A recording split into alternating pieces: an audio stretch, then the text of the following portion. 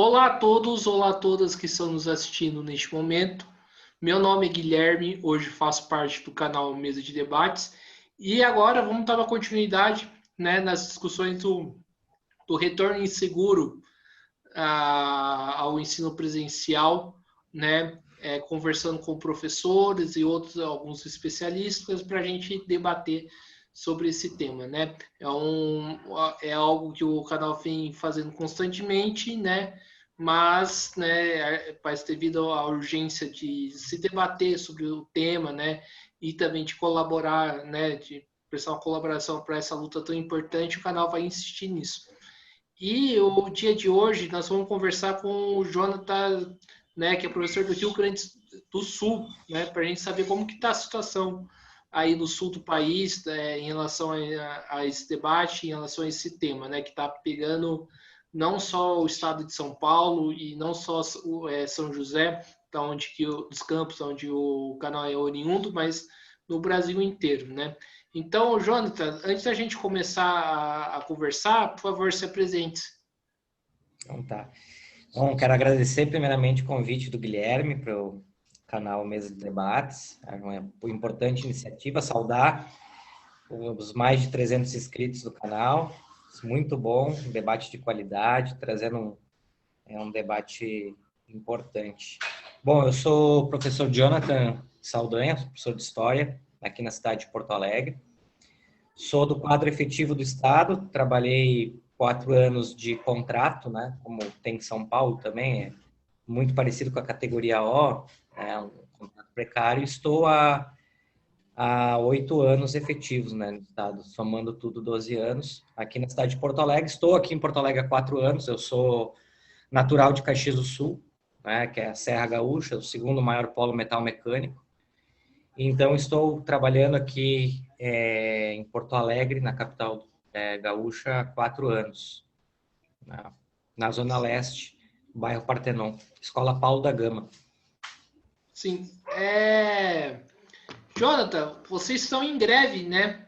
Então, para a gente começar o nosso papo, conta aí como está a greve dos professores. Então, a greve ela foi aprovada entre os municipários, né? Nós, no estado, ontem, nós tivemos a nossa assembleia, que durou cerca de 6 horas, e, infelizmente, por uma irresponsabilidade da direção sindical, que hoje quem dirige a 2 gestões já é o PT e o PCdoB, junto com o PDT, não aprovaram a greve, né? E não levaram nem como proposta. Né?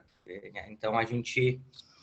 E também uma assembleia extremamente antidemocrática, virtual, já era antidemocrática no presencial, né? Ontem que a gente presenciou foi um show de horrores, sem possibilidade de os microfones cortados, o próprio da burocracia sindical, né? Então, a gente, até eu explicar aqui no canal, a gente acabou, então, não passando a greve sanitária, ao qual a oposição, a direção estava defendendo, dentro de uma perspectiva de uma greve, para aproveitar esse momento para unificar, né, com as comunidades, para que sejam nós, educadores e educadoras, e a comunidade que decida.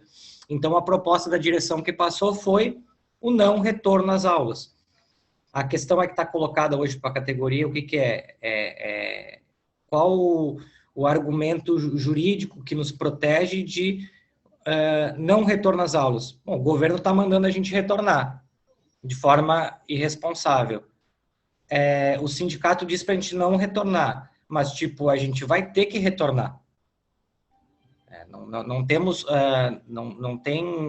não tem lógica o que a direção sindical defendeu, né? Então, a gente está dando a batalha de resistir o quanto puder para o não retorno irracional, porque a gente sabe que não tem condições nenhumas, nossas escolas, os protocolos não atendem os protocolos de retorno, né? Sim. Outra coisa que eu queria falar com você, né, que hoje, né, os governos classificam, né, a educação como ensino essencial, né? Eu acho que isso é uma baita de uma hipocrisia, né? Porque eu trabalhei na escola pública, né? você que também trabalha na escola pública, a gente sabe muito bem que a educação nunca foi essencial para o governo. Eu queria, né, conversar com você o que está por trás dessa hipocrisia. Então, a gente tem uma avaliação aqui, porque aqui foi votado, né, na Assembleia Legislativa a educação como serviço essencial, né, e eu concordo plenamente contigo, acho que ela nunca foi essencial, porque nunca teve investimento na escola pública, tanto é que em meio a uma pandemia, onde poderia se realmente melhorar as escolas com obras públicas, até empregando, né, a comunidade para criar um ambiente seguro, mesmo assim ela é essencial da boca para fora, né, porque ela nunca foi. Mas o que a gente avaliou é que a gente entende hoje que a estratégia do governo de transformar a educação essencial aqui foi um brutal ataque ao direito de greve, né? E a bancada do PT e a Luciana Genro do PSOL votaram junto com o governo que a educação se torne serviço essencial. Isso o que tem a ver com a questão do ataque ao direito de greve?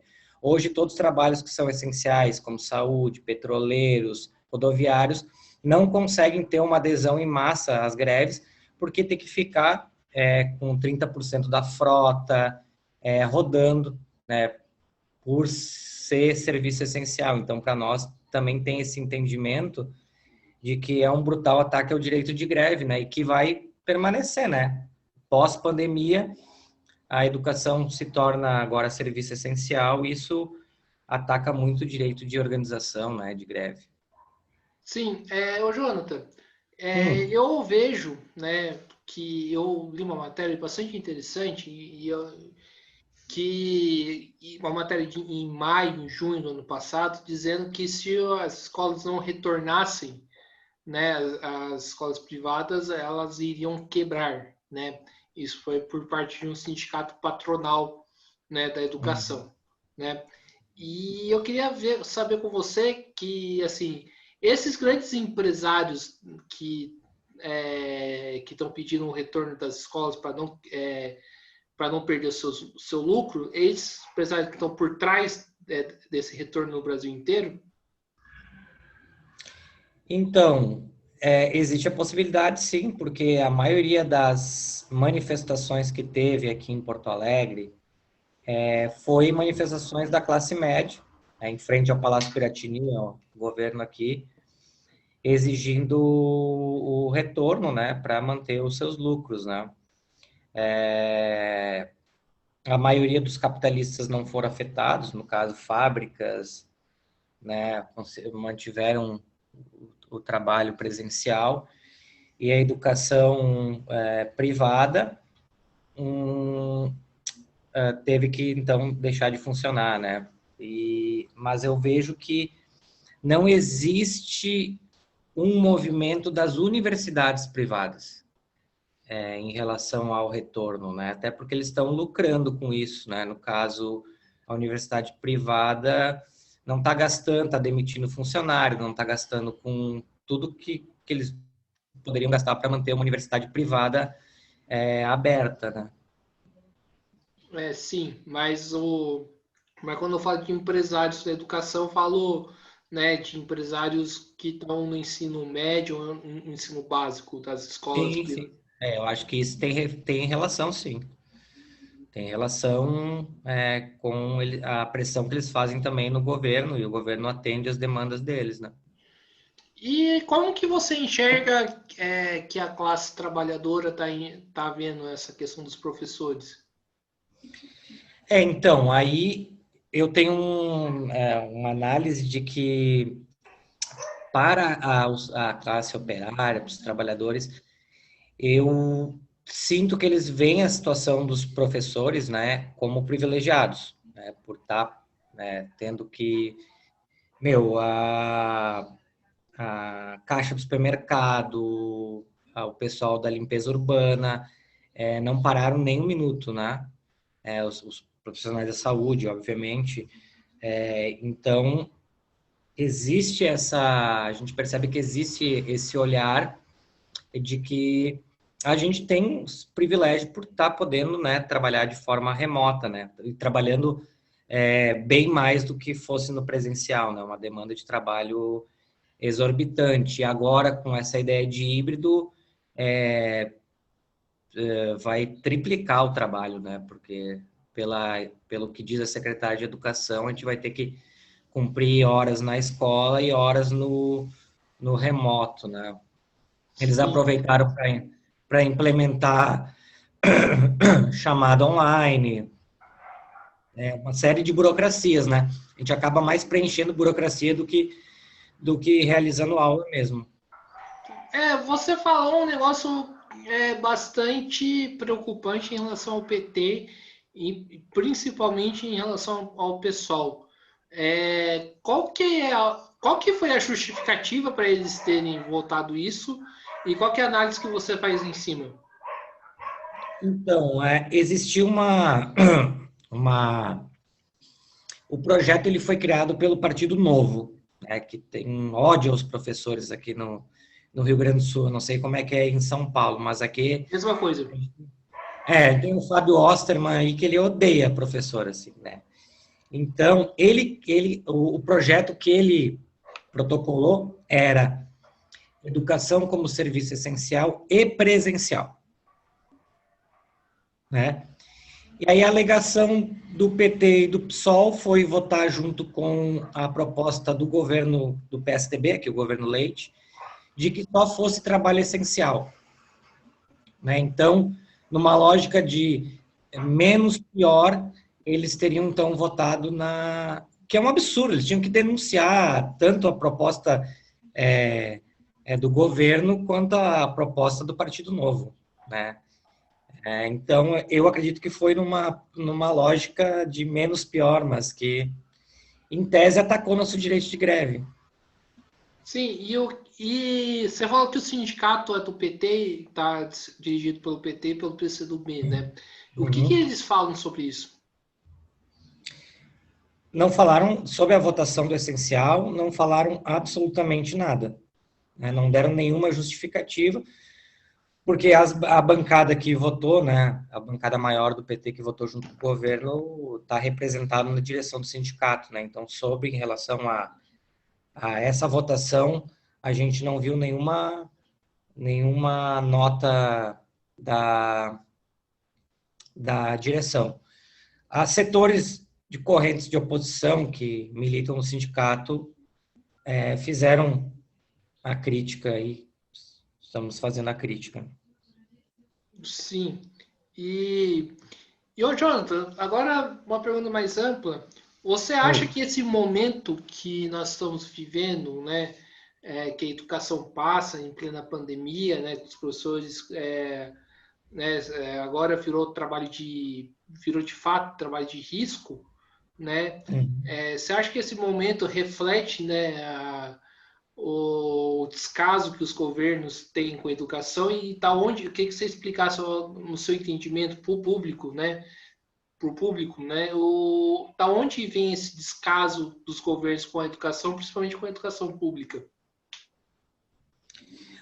Bom, eu acredito que para o governo nunca foi prioridade a educação, né? Eu acho que a educação, eu fiz um pequeno texto uma análise, publiquei no meu Facebook, que para os capitalistas a escola ela cumpre duas funções, né? Eu tentei fazer essa análise assim, né? A primeira tem relação e aí, por que eles não investem, né? Porque quero tentar colocar o que eu acredito que eles pensam sobre educação. Primeiro ponto, tanto é que os governos estão dizendo que vai ser uma geração perdida. Eu quero também colocar sobre isso, né? A nossa secretária aqui, a nova secretária de Educação privatista, né, que veio de Goiás, ela bate muito nessa questão de uma geração perdida. Primeiro ponto, a escola, para os governos, para os capitalistas, ela é um depósito de pessoas, né, para poder super explorar bem a classe operária, né? Primeiro ponto. Então, a escola como um local para os filhos da classe operária ficarem para poder superexplorar a classe trabalhadora. Em segundo ponto, querendo ou não, por mais que nós tenhamos, né, educadores que atuam na escola com uma perspectiva de uma educação como a emancipação humana, uma pedagogia progressista, né? Mesmo que tenham professores que tentam fazer que a escola seja diferente daquilo para aquilo que ela foi criada, infelizmente a escola ela cumpre uma tarefa de doutrinação no sentido de tem horas, tem hora para entrar, tem hora para sair, tem toda uma disciplina colocada na escola que é muito parecido com uma disciplina de fábrica, né? E até certo ponto de uma prisão, no caso. Então, eu entendo que eles falam em geração perdida, com uma geração que não foi disciplinada aos moldes que é interessante para o capitalismo, né? Então, o não investimento na educação é porque os capitalistas, os governos não estão preocupados com um desenvolvimento humano, com uma educação realmente plena, científica, técnica, para realmente desenvolver as potencialidades humanas, né? É mais ou menos isso que eu penso sobre a questão de o porquê não investimento, né? Sim. Além dessa questão, tem um outro debate que a gente tem que fazer, que é a questão da estrutura da escola, da estrutura física, né? Aqui no estado de São Paulo, a gente sabe dos inúmeros problemas que tem, né? Escola faltando papel higiênico, escola não sendo limpada da maneira devida, né? E escolas, muitas delas caindo ao pedaço, né? Eu recebi uma denúncia de um professor de Mogi, né? De escolas não terem situação, né? De aprender lá dentro em tempos normais, principalmente muito mesmo em época de pandemia. A situação do Rio Grande do Sul, Jonathan, é muito diferente disso ou não? Então, a situação aqui é muito precária. Teve um abandono total da educação pública aqui no estado do Rio Grande do Sul pelos últimos governos, né? No governo anterior, que foi o governo de Sartori do MDB, atrasava recurso para a escola, ficava 3 meses a escola sem receber dinheiro para pagar o telefone. São escolas muito antigas, que não tiveram reforma.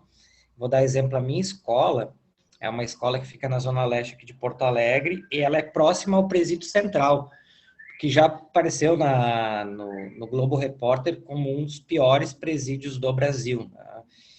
E a escola, ela tem uma estrutura muito parecida, porque ela já serviu de presídio durante a ditadura militar. Ela foi utilizada pelo governo militar para prender opositores ao regime militar, né? Então, falta de funcionários. Minha escola tem aproximadamente 1.300 alunos, nós temos 2 funcionários.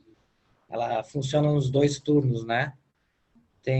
Atende a educação básica. E nós tivemos problemas com o telhado, agora teve uma reforma no telhado que a gente conseguiu com muita luta. Teve a época das ocupações de escola, dos estudantes secundaristas conseguiram, né? Eu não estava em Porto Alegre nessa época, né? Mas a minha escola, hoje aqui em Porto Alegre, conquistou a reforma dos banheiros, né? Com a ocupação dos secundaristas, né?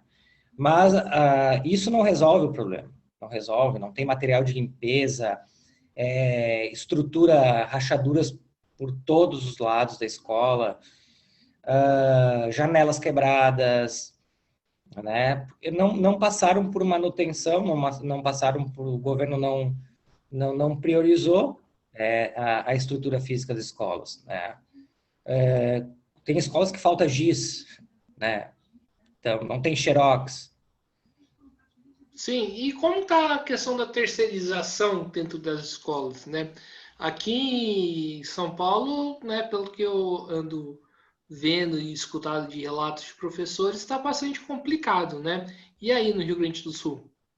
Então, aqui até então, não existia tanta terceirização de funcionários. O governo Leite aproveitando a pandemia para terceirizar os funcionários de escola, porque o último concurso em 2013 só foi para professor, não teve concurso para funcionário. Eu acho que desde 1998 que não tem concurso para funcionário de escola, né?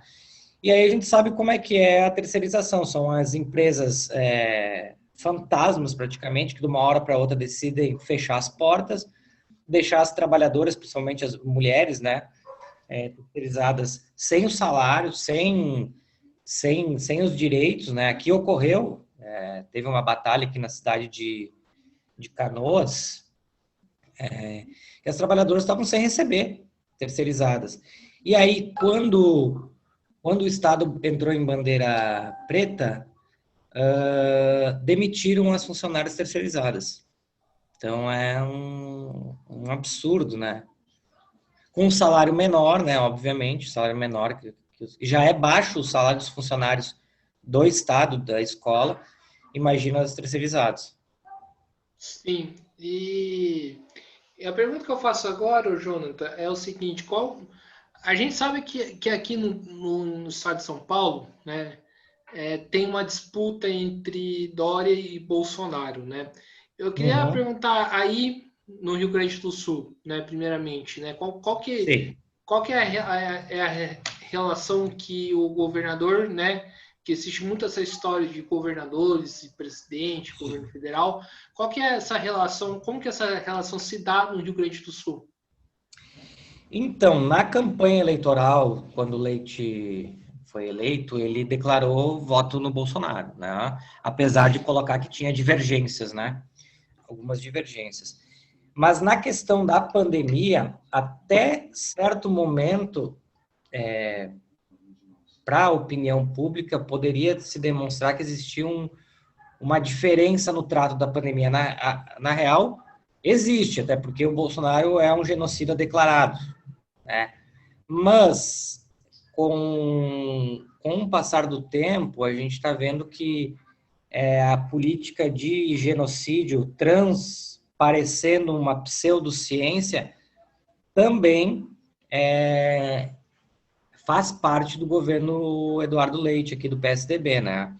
Porque, eu não sei, até para quem está assistindo, esse modelo de cogestão, ele foi criado pela Universidade Federal de Pelotas, aqui no Rio Grande do Sul, né? No sul do Rio Grande do Sul. E foi adotado pelo Dória, em São Paulo, né? O problema é que esse modelo de cogestão não foi levado à risca. Não foi levado a risca. Os governos, de um certo momento, começaram a fazer o que querem com o modelo criado pela UFPEL, né? Então, a gente até brinca aqui, né? O Eduardo Leite tem os lápis de cor, ele vai colorir o Estado conforme o seu interesse. Tanto é que foi entrado na justiça pelos sindicatos, né? A juíza alegou, então, que em bandeira preta as escolas não podiam estar abertas, né? Aí o que acontece? O Eduardo Leite, sem critério nenhum, governador do estado, transformou todo o mapa do Rio Grande do Sul em vermelho para poder, então, ter o retorno às aulas presenciais.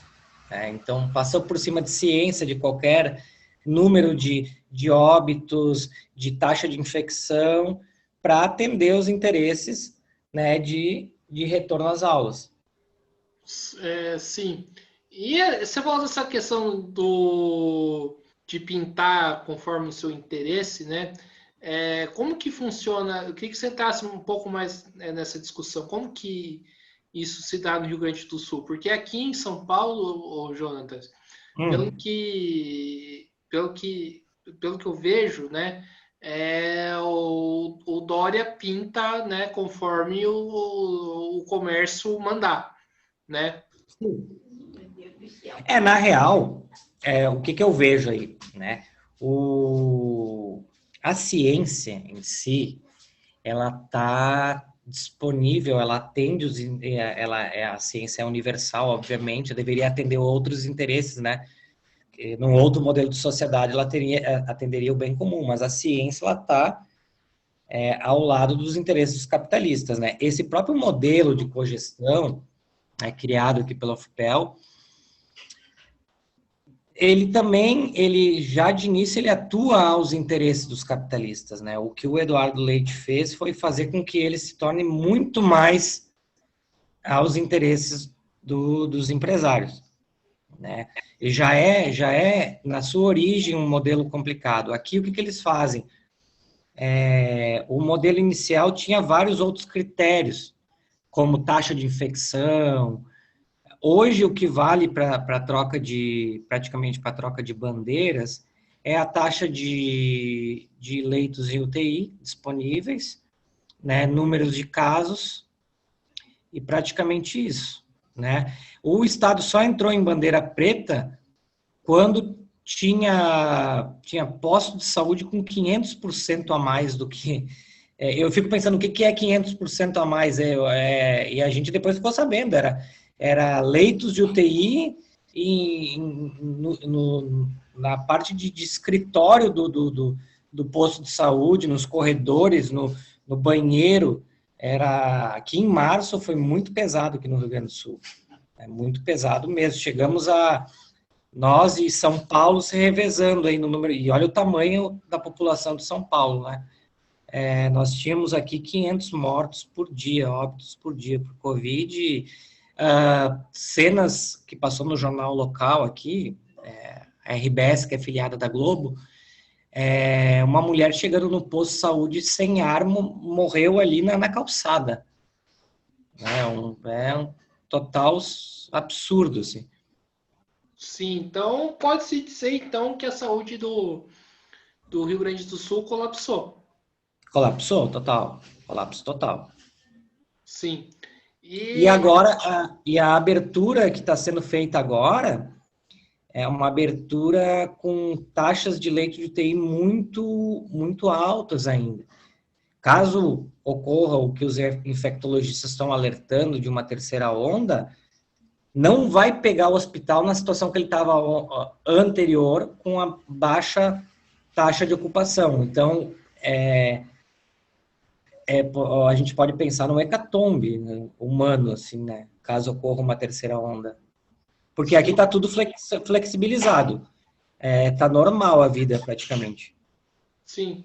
E, Jonathan, e a questão da vacinação dos professores, como está essa situação no Rio Grande do Sul? Então, fizemos um debate ontem na Assembleia do Sindicato,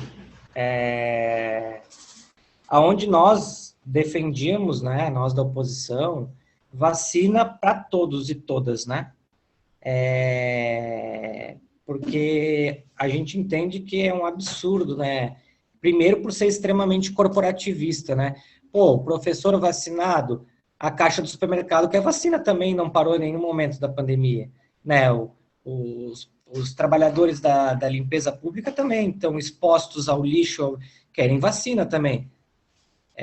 Porém, a direção do sindicato foi contra a proposta de vacina para todos. Ela encaminhou em votação e passou a posição da direção cutista de vacina para a população, mas os professores com prioridade. Isso é um debate que nós fizemos na Assembleia, e a direção sindical alega que, pelas conversas que ela tem com a categoria quer a vacina. Sim, óbvio, né? Todo mundo quer a vacina, né? Porém, o que passou na Assembleia foi essa medida extremamente corporativista da direção do sindicato. Nós temos um entendimento totalmente ao contrário. A gente acredita que a vacina ela não pode ser...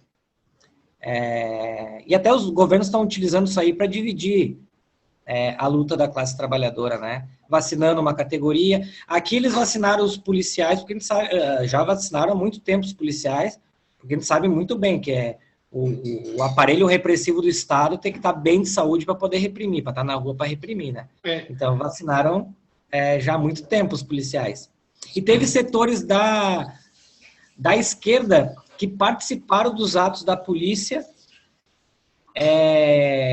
a intersindical foi uma, que participou dos atos dos policiais em unidade com eles, pedindo a vacina para os policiais. É um absurdo, assim, não... Sim, e ô Jonathan, alguns especialistas falam, né, que os especialistas, entre aspas, que defendem, né, a reapertura, falam que a criança, né, em isolamento tá bastante prejudicada, né, tá se sentindo sozinha, né, e dentro de casa, por isso que deveria voltar. Mas voltando, né, o que adianta se isso pode causar tanto a morte da criança ou na morte de algum familiar por conta da contaminação? Queria que você falasse um pouco, né, dessa abordagem desses ditos especialistas. Eu acho que a prioridade é a vida, né? A vida, né? A vida em primeiro lugar da nossa comunidade, dos nossos estudantes, né? Eu acho que é um momento de pandemia, a gente está fazendo o máximo dentro do ensino remoto, apesar de ser um ensino excludente também, né? Não vamos ratificar esse ensino, porque realmente a minha comunidade é uma, da minha escola, que muitos e muitas não têm acesso à internet. O governo disponibilizou uma internet, mas a gente já tem reclamação que ela não funciona na plataforma, né, dos alunos. Então a gente faz o nosso máximo, cria apostilas, né, tenta entregar para os alunos e para as alunas. E sobre a questão da vacinação, eu acompanho assim, eu leio coisas sobre, tentei me informar bastante sobre a questão da Covid. Não é a minha área, eu sou professor de história, né? Mas tem a preocupação também daquela questão que tu colocaste sobre a vacinação, é que, vamos dar o exemplo, né? Hipoteticamente, os professores fossem vacinados, como quer a direção do sindicato, só os professores, né? Mesmo vacinados e os nossos estudantes não vacinados, a gente pode passar o vírus, né? Porque tu, mesmo vacinado, tu pega o vírus e pode passar ele, né, no caso. Então, é bem complicado isso, né? Acho que, em tese, teria que ter um amplo debate com as comunidades escolares e os educadores para decidir como voltar e de que forma voltar, né? E a gente tem uma saída, né, para debater com a comunidade, né? E a gente acredita que a saída é que, isso vai se chocar contra as estruturas do próprio capital. Teria que girar o não pagamento da dívida pública, o fim das isenções fiscais, o confisco dos bens sonegadores, colocar tudo à disposição da escola também, com obras públicas, né? Realmente transformar a escola num lugar seguro, né? Para poder ter um retorno racional, né? Porque a gente sabe que sem quebra de patentes, a vacina vai demorar bastante. Né? E o que a gente mais quer é retornar à escola. A saudade que a gente tem é imensa dos nossos alunos. Né? Então, é bem complicado. Bem complicado. Sim, e a categoria está muito ansiosa pela vacinação? Então, eu tenho o espectro, assim, como nós estamos isolados, né? Estamos em casa, tenho análise da minha escola, né? A minha escola, a maioria dos colegas não querem a vacina, mas para todo o conjunto da população, né? Os colegas acham um absurdo só nós ser vacinados. A minha escola tem bastante colegas com comorbidades, né? Tem colegas que já foram vacinados, né? Eu tenho muito colega da minha escola, muito não, mas alguns, né? Que pelo salário de fome que a gente recebe, são colegas que se aposentaram e pegaram um contrato para continuar trabalhando. Então, eu tenho colegas com 70 anos na escola, trabalhando, professores, né? Sim. E outra coisa que eu queria perguntar para você, ainda na questão das crianças, né? Eu vejo muitos especialistas, entre aspas, falando também, né, que a criança em casa está sofrendo violência, né, e que tá com fome, não sei como que funciona aí no Rio Grande do Sul, mas aqui no estado de São Paulo a gente sabe que muitas das crianças comem, né, fazem sua refeição dentro da escola, então por isso a escola deveria reabrir, né? Qual que é a visão que você tem em relação a isso? Então, aqui foi disponibilizado pelo governo só no ano passado uma vez cesta básica, né? No mais, foi nós, organizados, e fizemos, com os nossos próprios recursos, a gente levou, então, na escola para poder ser distribuído, né? Os mantimentos para a nossa comunidade. Alguns núcleos da oposição, do sindicato também fizeram essa arrecadação, e a gente sabe que os níveis de desemprego aqui no estado do Rio Grande do Sul estão enormes, pessoas que não sabem se vão comer amanhã, né, da nossa comunidade. A minha comunidade é uma comunidade bem pobre, né, do bairro ali onde eu dou aula, né, então tá bem difícil a situação, né. Eu acho que teria condições, né. O problema é que o governo não mandou verba para alimentação durante esse período, né? Então, tem escolas que agora, com essa abertura, estão resistindo, dizendo que não tem condições para abrir, porque não veio recurso financeiro para alimentação, né? Eu não sou contra, eu acho que, nossa, a gente tinha que estar com a escola aberta, mas não ao modo que o governo quer, né? A gente teria condições de amparar a nossa comunidade, sendo a escola um ponto de referência para isso, né? Doando alimentos, né? Mas que viesse o recurso que não vem do governo. A própria entrega das apostilas para os alunos que não têm acesso à internet, no caso, né? A gente está se colocando à disposição. Agora, não uma forma desse retorno totalmente racional, que é tipo como nada tivesse acontecendo. Né? Voltar, tipo, à normalidade. Né? É muito difícil para organizar todos os protocolos sanitários, e mesmo a gente sabe que com todos os protocolos sanitários não é 100% seguro. Né? Então, e ainda mais com essa estrutura física de falta de funcionários, né? É bem complicado. Sim. Ô, Jonathan, a gente escuta também, né, que, inclusive daqueles que defendem a reabertura, que o professor tá, né, um argumento bastante esdrúxulo, né, que o professor tá na praia, o professor tá, né, tá na balada, tá no bar, e por que o professor não pode estar na escola? Eu queria que você rebatesse esse tipo de argumento. O professor está dentro de casa trabalhando praticamente 12 horas por dia, né? Eu tenho 40 horas, né, no estado, mas a minha companheira é professora de geografia, ela é municipária e contratada do estado, né? Então, ela tem 2 escolas no município e 2 escolas no estado. Então, isso dá uma carga horária de 60 horas, né?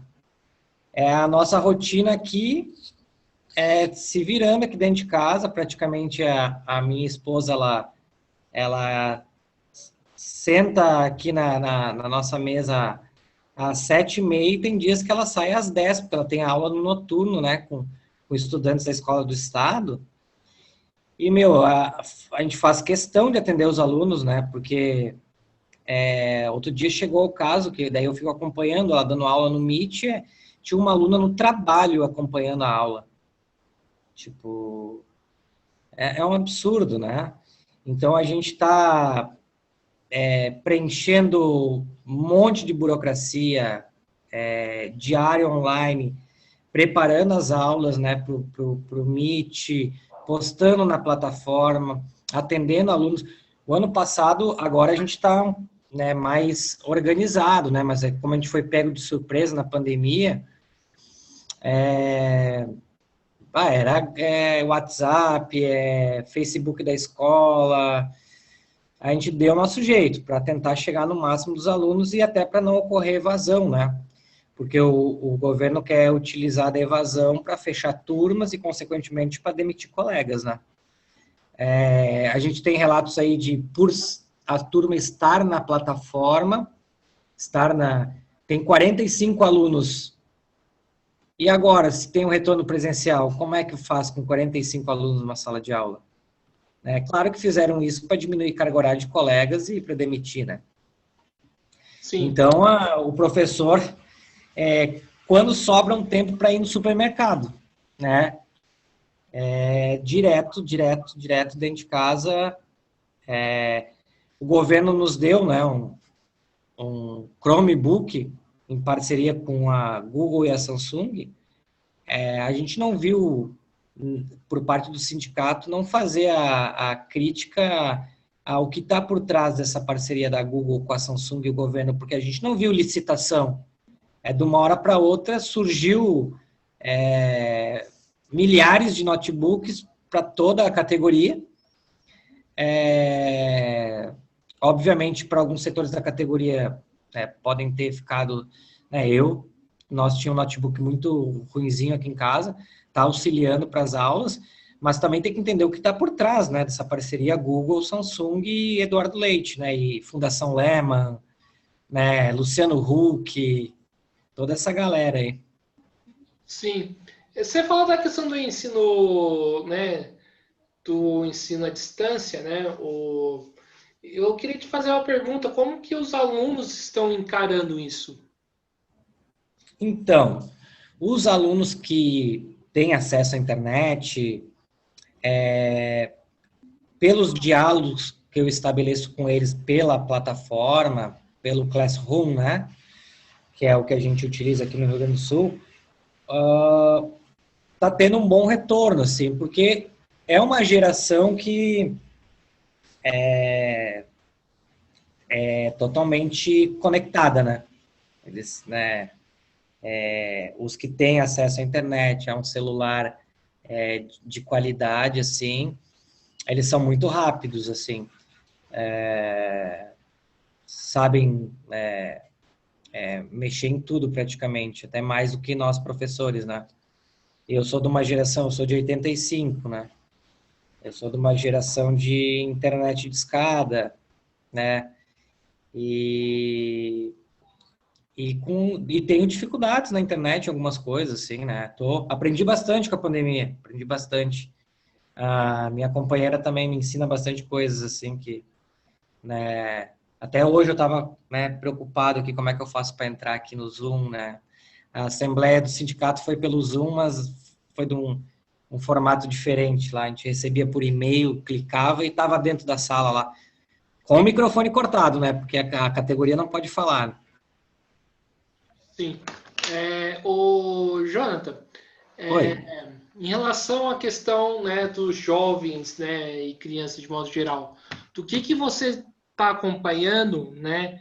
Eles respeitam as normas sanitárias ou não? Né? Então, eu acredito que tem... tu diz na escola ou vendo pela cidade, assim? Na escola. Na escola, o que você tem de relatos, assim, de professores, né? Então, é que o retorno, ele está ocorrendo de forma escalonada aqui no Rio Grande do Sul, né? Então, começou com a educação infantil. Hoje nós vimos a secretária de Educação, né, que até então não tinha saído do hotel, né? Ela pediu o retorno presencial, mas estava trabalhando de forma remota no hotel, porque ela veio de Goiás, né? A nova secretária de Educação, Raquel Teixeira, né? Hoje ela foi visitar as escolas que estavam retornando, né? Então, tem até uma imagem que está circulando aí nos grupos de escola, né, do sindicato, de os estudantes aglomerados, usando a máscara de forma errada. O governo, os EPIs que o governo deu, diz que a máscara é muito fajuta, não tem condições, até um tamanho, ela tem um tamanho desproporcional, assim. Os EPIs, eles foram mandados para as escolas, álcool em gel, álcool líquido, em setembro do ano passado, que poderia ter tido um retorno, mas não ocorreu. Tinha toda uma questão que nós ficamos preocupados, porque era litros e litros de álcool na escola, e tem toda uma questão de bombeiro, né? Como é que tu vai estocar tanta quantidade de álcool numa escola, né? Isso a gente se preocupou na época, e a gente nem sabe se não está vencido já o que foi mandado no ano passado, né? Então, pelo que eu vejo, quando vou até o mercado e tal, os jovens estão utilizando a máscara, assim, né? Os jovens, eu acredito, não percebo os jovens negacionistas, né? Como é o governo federal, né? O governo Bolsonaro. Sim, e você tem relatos de companheiros de trabalho que foram infectados ou que infelizmente morreram? Então, o sindicato fez como é que chama? É um mural de óbitos da categoria. Nós tivemos mais de 100 óbitos na nossa categoria. E na minha escola, o ano passado, nós tivemos três colegas infectados. Nessa situação só de entregar apostilas, de estar fazendo tipo um rodízio na escola, né? Tivemos aí 3 colegas infectados, estão vivos, ainda bem. Não tiveram que ir para o hospital, então nós tivemos isso aí. A gente teme o retorno irracional por conta disso, né? Parece que Santa Catarina teve 40% dos estudantes, eu vi nas notícias, infectados, né? Com o retorno presencial. Sim. E, Jonathan, você falou da questão do ensino híbrido, faz meu questionamento, né? Você fica 20% na sala, né? Acho que a média é 30%, e o restante aprende em casa. Qual é o sentido disso, de fato? Porque precariza a educação de quem está dentro da sala de aula e precariza a educação de quem está assistindo online. Eu queria saber qual que é o sentido disso? O sentido disso é porque acredito eu que o governo, né, não vai chegar ao ponto de colocar todo mundo em sala de aula, né? Não seria louco a essa situação. E o outro, acredito eu, o ensino híbrido, como eles dizem, né? O ensino híbrido veio para ficar, né? Esse é o discurso do governo, que é uma lógica que já estava sendo orquestrada por todos esses setores aí ligados a Google, que é o que eu falei antes, a Samsung, Fundação Lehman, né? Que eu vejo como o ensino híbrido vai precarizar a educação, nada melhor do que o presencial, né? Mas também eu vejo com a questão de a possível demissão de colegas, porque no híbrido eles podem dizer que não precisa de tantos professores para realizar as aulas, né? Sim. E, Jonathan, para a gente fechar nosso papo, né? Você vê alguma possibilidade de barrar, né, o retorno inseguro? Então, acredito que sim. Acredito que sim, dentro de uma perspectiva que nós estamos colocando aqui no Rio Grande do Sul, trabalhando essas nossas ideias de que é necessário uma unidade real, né, com os municipários, com o magistério municipal, né, mas principalmente uma unidade com a comunidade escolar. aonde a gente debata francamente com a comunidade, em cada local de trabalho, né, não pode ser virtual, né, nós temos os conselhos escolares, né, muito importantes, eleitos, né, que tem membros da comunidade, professores, professoras, funcionários, né, que podem, já que não passou a greve sanitária, que ela serviria para isso, né, para um momento onde a gente conseguisse chegar nas comunidades, agora a gente está defendendo aqui de que ocorra essas reuniões com a comunidade e que a gente coloque uma perspectiva de resistência, né, resistência ao retorno irracional, a partir de que cada local, cada escola decida quando e como voltar, porque a comunidade tem muito peso, né? Uma comunidade deliberando de que a escola não tem condições de retorno a partir desses critérios, porque a gente percebe que o governo joga com as comunidades, né? Agora, como disse a secretária, a comunidade pode decidir se quer mandar o seu filho ou não. O professor tem que estar na escola, né? E o que acontece? Ontem, na nossa assembleia, não ficou claro, porque praticamente a direção, com a proposta que ela apresentou, foi a mesma coisa que dizer assim, se virem. E agora a gente vai ter que resistir a partir de cada local de trabalho e sem apoio do sindicato nenhum, né? Então, a situação é bem complicada, então a gente está defendendo essa perspectiva de que as comunidades, né, e os trabalhadores e as trabalhadoras de educação decidam quando e como voltar, com os estudantes, né? Muito importante também a deliberação dos estudantes, né, nessa perspectiva. Perfeito. Jonathan, estamos chegando aqui no final de uma entrevista do Mesa de Debates.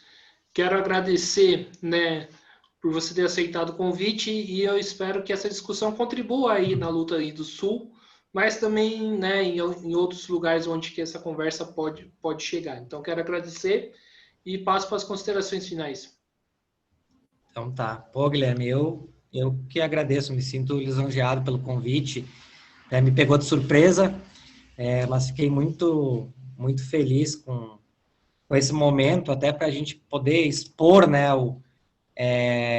toda essa angústia que nós, professores, professoras, funcionários e funcionários de escola, tememos muito a questão dos trabalhadores contratados de educação, que aqui fazem parte de 43% da categoria, né?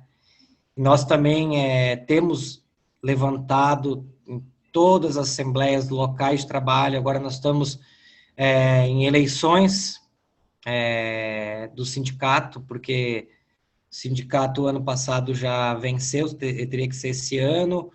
A gente colocou que não seria o momento agora ainda de ter eleições, né? Mesmo que virtuais, porque a categoria está exaurida, não tá para o debate, né?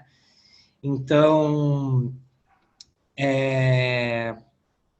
novamente queria agradecer. A gente tá com esse medo, como eu falei para ti, da questão dos colegas, das colegas contratadas, porque o efetivo pode até fazer uma certa pressão, dado a sua condição, né, para um não retorno, mas e o contrato que não retornar às escolas, o que vai acontecer?